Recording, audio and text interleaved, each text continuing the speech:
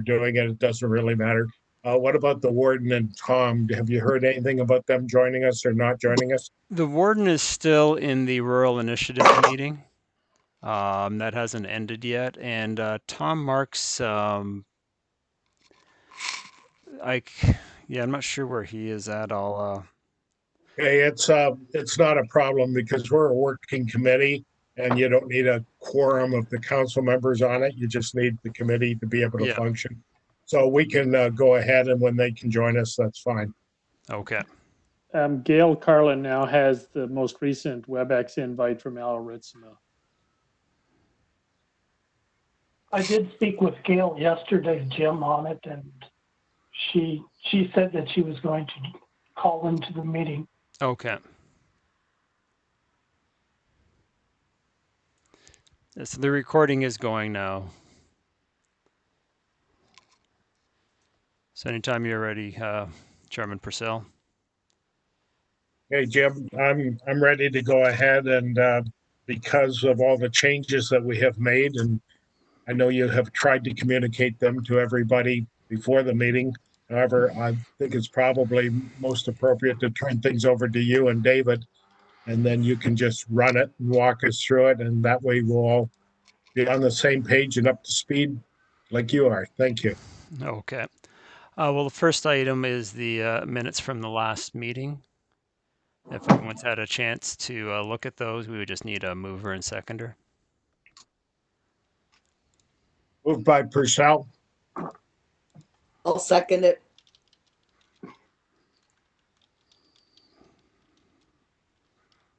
Okay. And then we will do a recorded vote. Chairman Purcell? Yes. And Councillor French? Yes. Okay. It's passed with 2 in favor.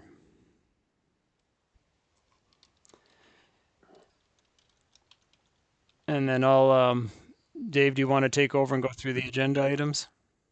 Certainly. Item 2.1, construction sequencing. The review of design since our May 26th meeting has concluded that without fundamentally changing the design, we can change the sequence of the connection to the existing building such that, and this has been confirmed by D Grant, we should be able to stay out of the existing building except for the basement for the first 12 months of the addition. So that'll give time for COVID and any vaccine, hopefully to be in place prior to that 12-month period. The sequence is such that it's a little less efficient, so it'll add a nominal amount of cost, but that's really negligible in the big picture. So that's the good news, that we didn't fundamentally need to make any major redesign to accommodate that 12-month stay out of the first and second floors of the building in essence. Are there any questions about that? That was the big ask from the May 26th meeting. Hi, it's Bob. I just want to make sure that Michelle and Brian are both comfortable with that. I certainly am. So if they're comfortable, we're charge on. It's Michelle, and yes, that works great on our end. There is something I'd like to add to the agenda, and maybe it's more appropriate to add at 2.5, but Gail and I have both been involved in some conversations with Advantage Ontario, specifically with the capital redevelopment staff members. So there's been some conversations, and most recently is today, around making sure that we do touch base with the ministry to ensure a few things. One, just confirmation, are they looking at doing some design changes to the manual? And if there's no changes to the design standards, will there be other changes that will be required to be put in place that could have a financial implication to our project that we need to know about now? And can we proceed with our project that was planned to start for June, and now we're looking at October? So I think we had a an earlier conversation and decided to proceed ahead, but there's strong encouragement and recommendation, and Gail, you can jump in at any time too, that we really need to do that touch base with the ministry. There's been conversations with other projects, and depending on what phase or stage they're at, different directions perhaps being received. Hi, it's Gail. Can you hear me? Yes. Yeah, so Michelle and I just had a brief conversation, but I've been doing another contract with Advantage Ontario right now, so I've been keeping plugged in and keeping my ear open for Elgin as well. But a number of homes here have reached out to the ministry, as has the association, and there is obviously some implications with respect to COVID that the ministry wishes to consider. I said to Michelle, I don't think you'll get any definitives, as I'm sure David and I know other architectural firms have also reached out. But it feels like we should at least do our due diligence, let them tell us what they actually know now, what they're thinking. They're saying, you know, that this is going to be raised, some of it through the commission, the Long-Term Care Home Commission. So you may not see anything till the fall, but I think we should at least hear firsthand what they're thinking. Talk to a few homes that have had those calls, and there seems to be consideration about where they are in the process, but it's still good to hear where they think they're going. We don't want to, you know, perhaps move forward and then hear they're working on something else. I think the other thing, just from a financial standpoint, there's a lot of pressure that they increase the construction premium, and I think you want to be on record saying that that needs to be grandfathered in for Elgin if indeed they raise it through you know, the duration of your project. So no, there's been no indication of where that's going, but they have they're certainly aware that that is on the table.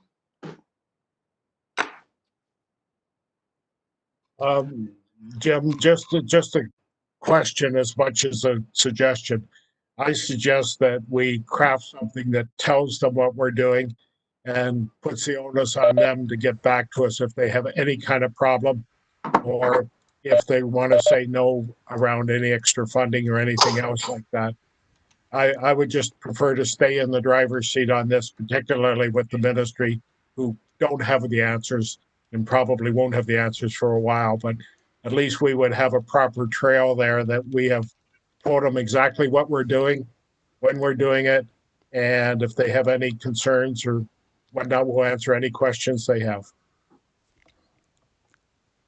Sure, Councillor Purcell. At this time, Michelle, do you want to, maybe taking us a little bit out of sequence, but do you want to talk about some of the ideas that you were looking at for enhancements? Sure, I can do It that. is somewhat interconnected. So we'd be Yeah. jumping down to 4.1. Yeah, happy to do that. So through conversations that I've been having with Advantage members, as well as Gail can hop in at any time too, with pandemic, many projects are having conversations around oxygen, so they're listed there in 4.1. So specifically to COVID, there was certainly a lot of respiratory assessments that indicated oxygen and needing to have that readily available. So we had some conversation at the last working group meeting, or I guess it was the structural, electrical, mechanical meeting, in regards to what might that look like for our project. And David, I don't know if you want to speak in response to each of these, or whether you want me to run through them at a high level. I think it would make sense for you to present the reality that you've had to deal with, Yeah. and the background from your perspective, and then we could have a discussion on the item before we move on to the next one. Sure. So certainly in my conversations with Advantage, the capital redevelopment staff member, this is something that many projects are looking at.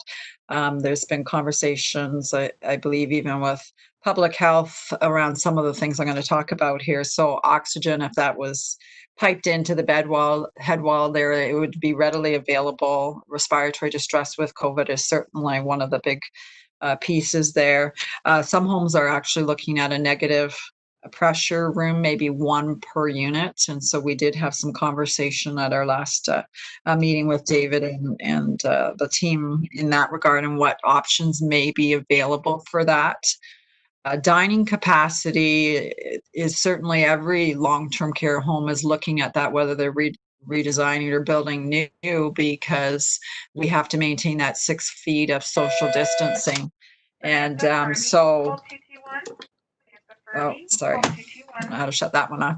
So we have to maintain that 6 feet of social distancing for dining, and the current plan design does not allow for that. It certainly allows good room for 25 residents in the resident home area dining rooms, but it does not allow for the 6 feet of physical separation between residents. I have sent a communication this week to public health around plexiglass at the tables, but even that's probably only going to allow us to have 2 people per table. So it's going to limit us to 13 or 14 residents in our resident home area dining rooms, and then having to look at, do we actually redesign to make a larger dining room, or do we look at every mealtime using our lounge and our activities rooms to capture those other 11 residents, still not knowing whether pandemic will still be an impact for us when we actually transition into each of the redesigned areas. But there is a possibility that public health or ministry recommendations could still be to maintain that 6 feet of social distancing, not knowing what else might be coming down the road. And this is the opportunity to have those conversations and make sure that we're making the most appropriate decisions. And this is a piece where we really need the ministry. If there's not going to be a design standard change, is there going to be some requirements for infection prevention and control? And this could be one. So looking to see what that might look like. The fourth item there is around staff locker rooms and making sure. So currently we have some staff sharing lockers. We want to make sure we have the right number of locker room or lockers to accommodate everyone to have their own PPE storage and their own belongings storage. So some conversation around that. And then the next piece that I got thinking about after our last meeting was our temporary double rooms. We know that's a 6 to 8 month time frame. But if the 6 feet requirement is still in place, because we've got the 2 beds in that room, does that leave the 6 feet space and between the beds? And if we have to move equipment and furniture around in that room, can staff still maneuver around safely as the resident maneuver around safely? So I had some conversations yesterday with Victoria around each of these pieces. I think likely the temporary double room is doable. And then around the staff room, we had some conversations. Currently, based on the size of our staff room, we certainly are limiting that to 5 staff at a time to ensure the 6 feet, and also using areas of the home. But when we get back to just using our staff room as we go through the project, we want to make sure that we have that physical space, because staff will have to have their mask off for mealtime. So looking at some options for plexiglass at those tables, which will probably resolve that issue. So that's at a higher level, and we can have some more conversation around that. But those are pieces that advantage us. And the conversation that I had today, that was part of that conversation as well. Not sure if there's any specific questions for me in that regard. So should we go back to each item and have further conversation now that Michelle's given background and context to those agenda items? Hi, it's Bob again. I don't have a problem if you take that offline and work with Michelle and communicate with the ministry. But again, I have more confidence in our staff and our experts being able to come up with the right solutions than I do anybody dictating from Toronto or anywhere else. So I think that it behooves us to work together as a team, put in a submission, make it clear that if they want us to change anything, they have basically no time to do that, but they need to get their act together quickly and lay out to them exactly what we're doing, why we're doing it. Some of these temporary things around COVID, um, structural changes, if we had been further into it and already built the structure and not occupied it, we would have had the problem and we wouldn't be going back and changing it. We'd be finding a way to work around it. So I think it's important to have these conversations, but I just want to make sure that we drive it forward and that you guys do it together so that you have some options that if they came back and said, no, we want 6 feet in dining rooms forever in the future, well, then let's get their money and their contribution and let's put that into the design right now. If comes back that, we can deal with it properly, then fine. But I think we have to be the ones that drive this forward because we're not going to get answers quickly. And I'm not putting them down because they can't. They don't have the answers. So they have to catch up to what we're doing with our particular project and keep up as we keep going forward with it. Chairman Purcell, This- even from an internal perspective, if we were to provide direction that this is what we wanted to do, I think it would have to go beyond the steering committee, and we probably would have to take it back to overall council because there would be cost implications in doing that. And then my guess is it would also have implications then ultimately as we go through that process for the timing of the project. So that's why I wanted to kind of get that up front because that will then change the context of a memo we would send to the ministry as well. But probably the best thing is, as David suggested, is go through the details to get a better understanding of what all the implications are. So agree with everything you said, Jim. The first three items, 4.1, 2, and 3, so oxygen, negative pressure bedrooms, and the 6-foot physical separation in a dining room, all three, any one of those three will be significant capital cost, significant number of months in further delay, and also the dining room to achieve that would dramatically change the overall design because of where the dining room is located. So I think that's one of the reasons that Jim suggested that this be presented to steering committee, given the budget and schedule implications. The project schedule that was included with this agenda is premised on the design essentially proceeding without oxygen being added, without negative pressure bedrooms, and without redesigning the dining room. Ultimately, if the working group decides that that's necessary, there will be need for revised budget and approvals from steering committee and or council.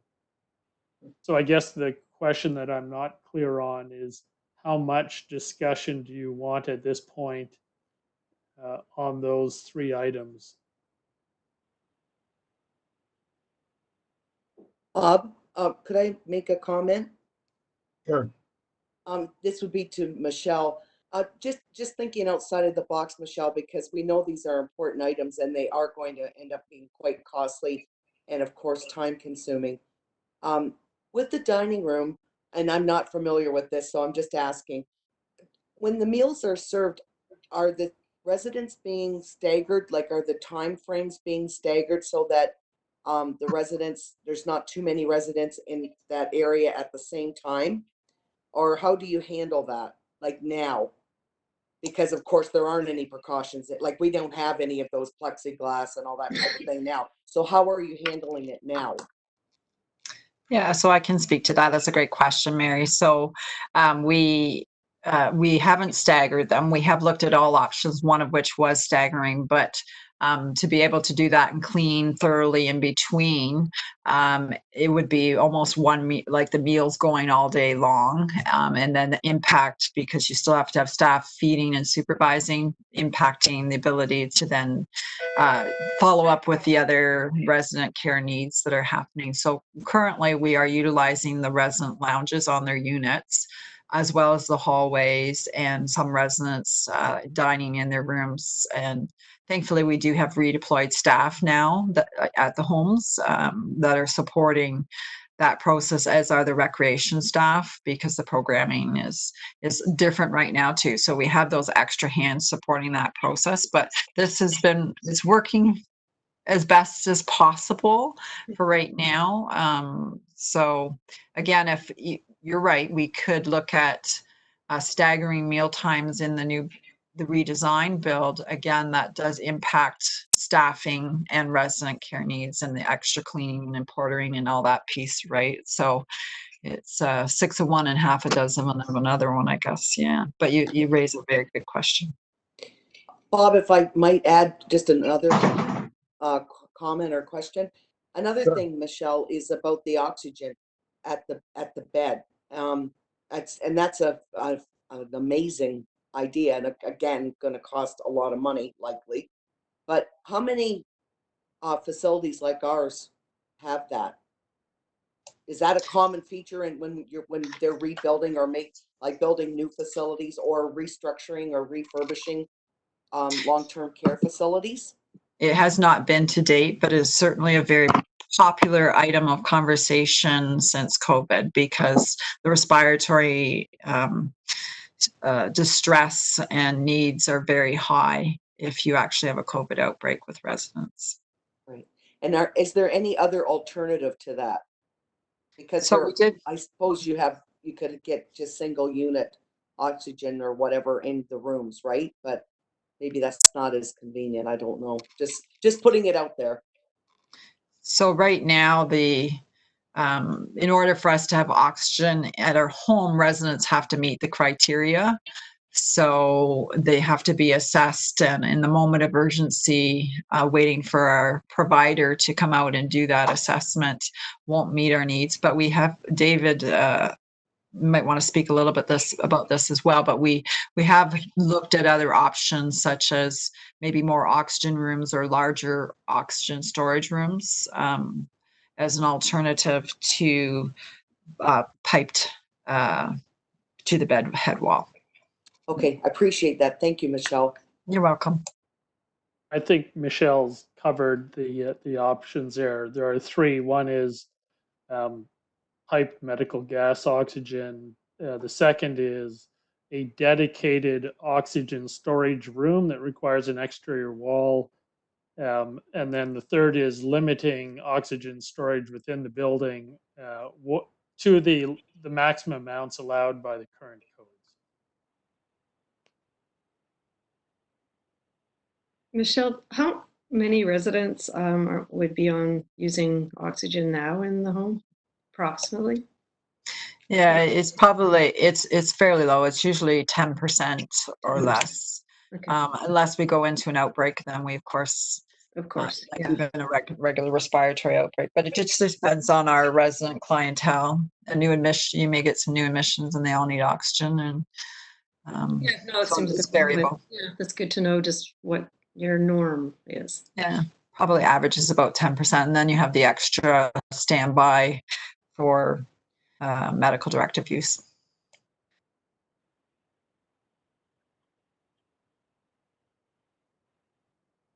Again, David, that's the oxygen part, and you're going to go with each of the other ones. But I think on the oxygen side, I'm more comfortable if Michelle and our team recommend what they think would be the sensible thing to do, based upon 10% usage, based upon having another form of COVID-19 showing up, and based upon trying to do the right thing right now. I don't have a problem going back to county council or fighting with the ministry for funding if it's the right thing to do. I just do not want them dictating to us, because they don't have that hands-on, and they don't make they make broad stroke decisions as opposed to ones that work. And already our homes are being recognized as probably the kind of home that they're going to look at when they look at the restructuring of all the homes in Ontario, because we've been doing it right, and they also know the the dollar value extra that's going to cost because we've been subsidizing it at our municipal level or the county level. So that's what I mean by let's decide what we want to do, tell them what we're going to do, and let them try and stop us.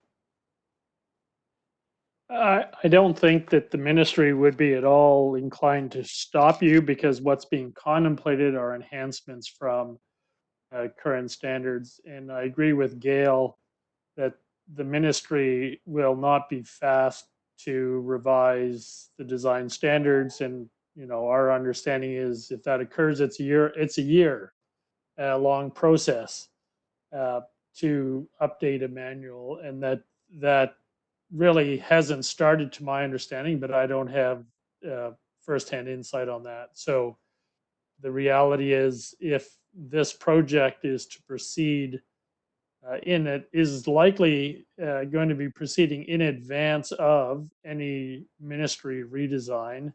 Um, any ministry updating of the design manual. That being said, the project schedule that was included with this meeting agenda includes a resubmission of the working drawings to the ministry at the point when the design has been updated to incorporate the county's working group directions. So at this point, the July 17th date of resubmitting to the ministry working drawings, if I'm understanding the sentiments here, that date will now be pushed out because we will need to hold further working group meetings to discern exactly how to deal with oxygen needs that are increased considerably during outbreak. We'll need to have evaluate how to put negative pressure bedrooms, what level of negative pressure bedrooms or what type. We've had the conversation once, all the way from hospital grade negative pressure bedrooms to portable machines that can be moved between bedrooms. So, and then of course the dining room is quite likely has the biggest potential impact to change the overall footprint of the building design, with it being the greatest cost and the greatest time impact. So that's my understanding of our conversation today. I'd just like to have clarity on whether that perception is on track. David, I think you're correct, and there won't, it would take a while if they were looking at a full redesign of the, or, an update of the design standards. I think it might be prudent just to check and see if there's going to be any broad stroke, initiatives by the province, cognizant of what Bob is saying as well, but it would just be good to have that conversation. And I think it's probably up to Michelle to say, but some of those operational discussions wouldn't take a long time to have with respect to the options. And it sounds like you've already vetted some of those already with the group. Certainly contact with the ministry to determine what, if any, information they can suggest. We've had a conversation on other projects of recent, and there really wasn't any intimation about what or when, but that's probably changing, a rapidly changing environment. So I guess the question to Bob is, do we carry on with the balance of the agenda items, or do we really take it away back to the working group at this point, because the items that are the balance of the items really are going to change depending on the outcome from the next working group meeting that we have, which, we needless to say, we'll schedule at everyone's earliest convenience. Yeah, with regards to that, what I'd like you to do is just touch each of the items that are still on the agenda. That way you'll get some feedback from the council members, which might save some time in the long run.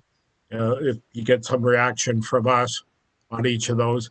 but I wouldn't waste a lot of time on. I think this has to go back to the working group, and you will come forward with us with an ask for an increased budget or some new things you got to do around these items. My biggest concern or thing that I would stress is we don't have to do any of this if we keep COVID-19 out of our homes or anything else. And that's the secret to dealing with this particular type of thing. It's been difficult, as Michelle certainly knows, keeping everybody out of touch with COVID-19 and not letting it be introduced into the home. So you only need all these extra things done if you happen to have a outbreak, and particularly if it's a very serious one. So, we got to keep that in mind from a taxpayer perspective as we go along. But I'm looking for some direction from both Mary and Tom just before we give it back to David. I'd just like to touch on these items so that you get a little bit of input from us, and then we'll get out of the way while the working group comes up with a recommendation. Is that fair, Mary and Tom? Yes, I got it, Bob. You got to try and find the balance, and you hit it right on. Yeah, that's fine with me too, Bob. Okay, David, if you just want to kind of highlight those items, and then if there's any input, we'll give it to you. But basically, it's going to be back to the working group for a recommendation and costing, hopefully, when you come forward with that, and implications on timeframes. Okay, thank you. Before we leave item 4, Michelle, was there anything else on design that you wanted to table or have discussion about before we go back up to item 2? I think we covered it well, David. The only thing is 4.2, part of my conversation today with Advantage certainly is a lot of homes are definitely looking at those touchless door operators and powered faucets for shared areas. So those would be, and I think we pretty much agreed those were a requirement at our last meeting, but those are definite IPAC needs for this project. Yes, that was the takeaway from our last working group meeting. So that's items 7 and 8 at the very bottom of the agenda. And those have very nominal cost impacts in the big picture. So back to item 2.2, mandatory bidder site tour. The county has now produced 360 virtual photographs of the existing building. We're downloading it as we speak. It's 420 megabytes, and we will assess whether it sort of covers everything, but certainly that will eliminate the need for trades to go through the building should COVID limitations still be in place when we go out for subtrade pricing. Item 2.3, issued for bid documents. We were targeting the middle of July. That will now get pushed out. That date we will advise when we come back to steering committee after we have clarity on what extent of redesign will be implemented going forward. Item 2.4, based on the current delay, which has been 4 months, and without any redesign, the construction time period will be pushed out 1 month for each phase. And that has to do with the function of that you're limited to 50 tradespeople on site at one moment in time. And this is assuming that COVID carries on for the next 3 years. That each phase will have 1 month added during the construction period because there are fewer people that can work in a given space. And that's an assessment from D Grant, the construction manager. So the schedule, when we quickly look at that, is now 7 months further out from the last time the steering committee saw this schedule. Looking at the schedule, if you have that in front of you, you can see that the red are new dates that have been updated. And that will get pushed out further once we have clarity on what the redesign will incorporate. Key to any work proceeding is, of course, working drawing resubmission to the ministry, because there will be, even with the sequencing, there were going to be changes. And now we're also contemplating or anticipating redesign. Are there any questions on the schedule? I know there are a lot of changes there, and I've quickly gone through that. Are there any questions on the project schedule that was included as a separate attachment?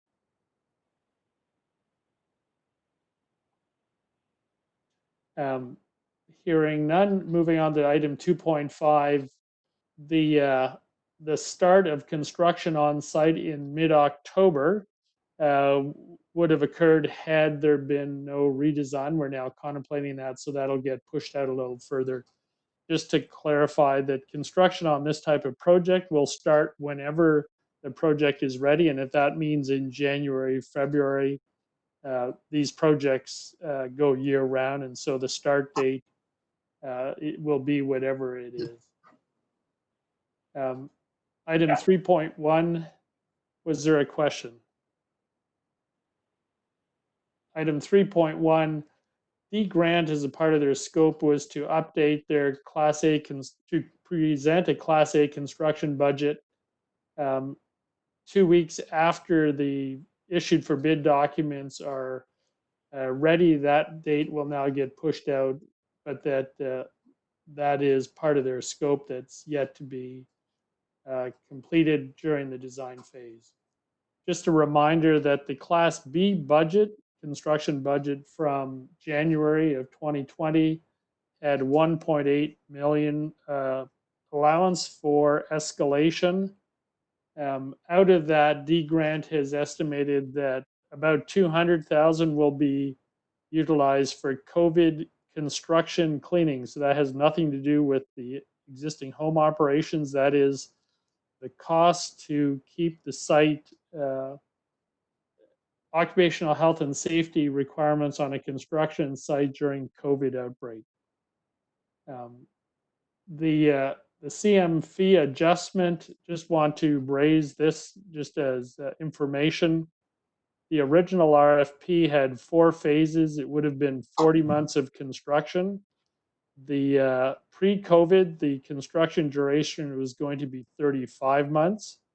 We've now added 3 months of construction operations, so it's 38 months.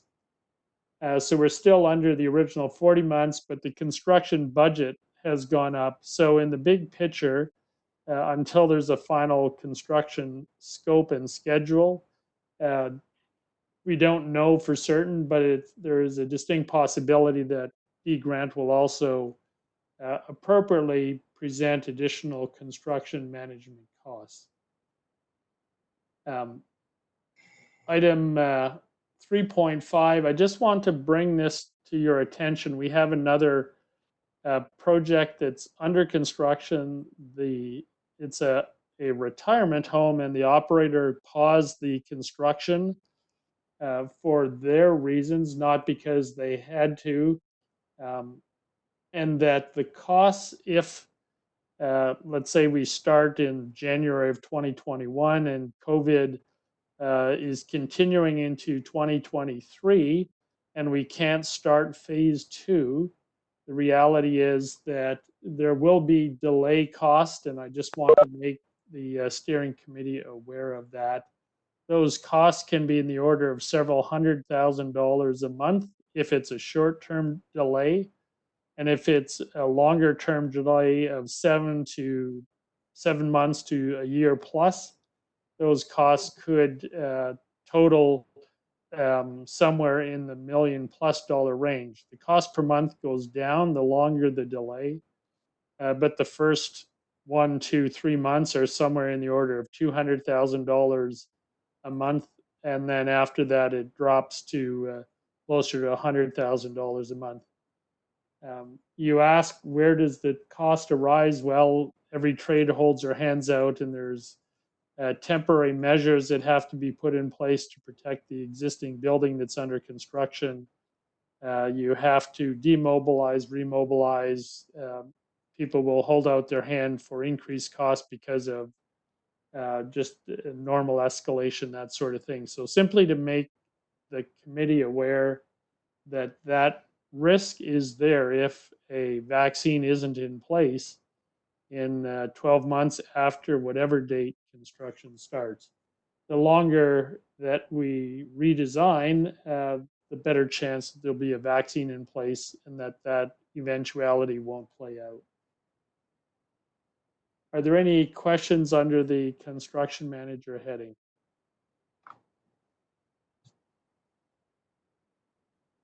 That pretty much covers the agenda that was presented to you. Are there any items or questions that anyone has that we haven't touched on? No, it's Bob. I'm happy again to let you guys go back and come back with some recommendations on any changes that have to occur and price them and try and work out the time frame. The biggest thing we had when we first started this project was probably some political will to get it done. And that's where we really instilling the sense of urgency into timelines and whatnot. Now reality has set in and we're going to have to deal with these items, but I want to deal with them in a straight up fashion and come back to us with your recommendations. So we've really reached a stage now where it's in the hands of the professionals. We just, as council members, need to be involved like this at least once a month so that we kind of stay on the same page and we can keep that political will intact as we go forward with this. I see the warden tried to join us, but I got a phone call. So I suspect Michelle or Jim or somebody will bring him up to speed when the meeting's over. So should we anticipate now or schedule now our next update meeting on the 21st of July? Or sorry, it'd be the 28th, the fourth Tuesday?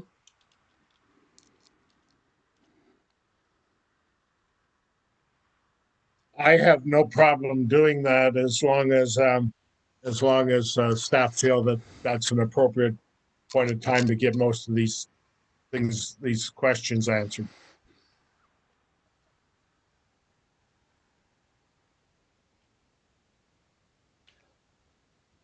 I'll leave it to Jim to fundamentally decide, but for now, we'll tentatively block out Tuesday, July 28 at 2 p.m. Everything may not be complete in the way of drawings, certainly won't be complete in the way of drawings, but we'd have, I expect by then, a good handle on what the recommendations and preliminary budget and schedule impact.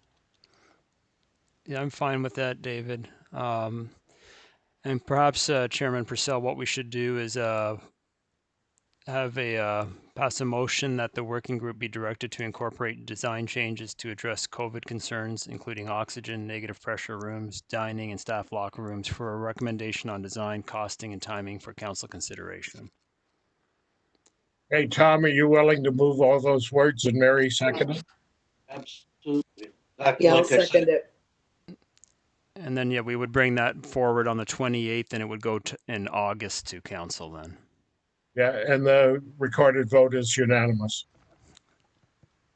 I think we need to, for procedure purposes, we'll need to do the roll call. So, Councillor French, Yes. Councillor Marks, yes. Chairman Purcell, Yes. and it looks like we still. Dave, are you still there or not? Warden Manel? So 3-0, then it passes. It's one abstaining.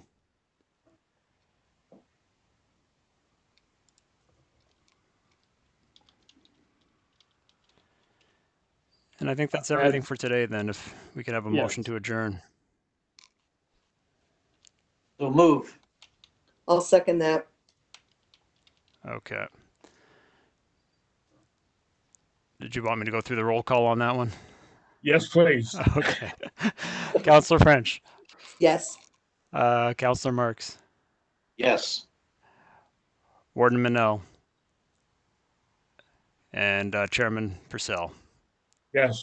All right, 3 in favor, 1 abstaining. And again, thank you folks for all your hard work and for keeping your sense of humor through these tough times. That's necessary. Thank you. I think the hard work is being done by frontline staff in Michelle, who must be working long hours to keep everything together. It's teamwork. We have a great team. Everybody. It's long. All right, thank you.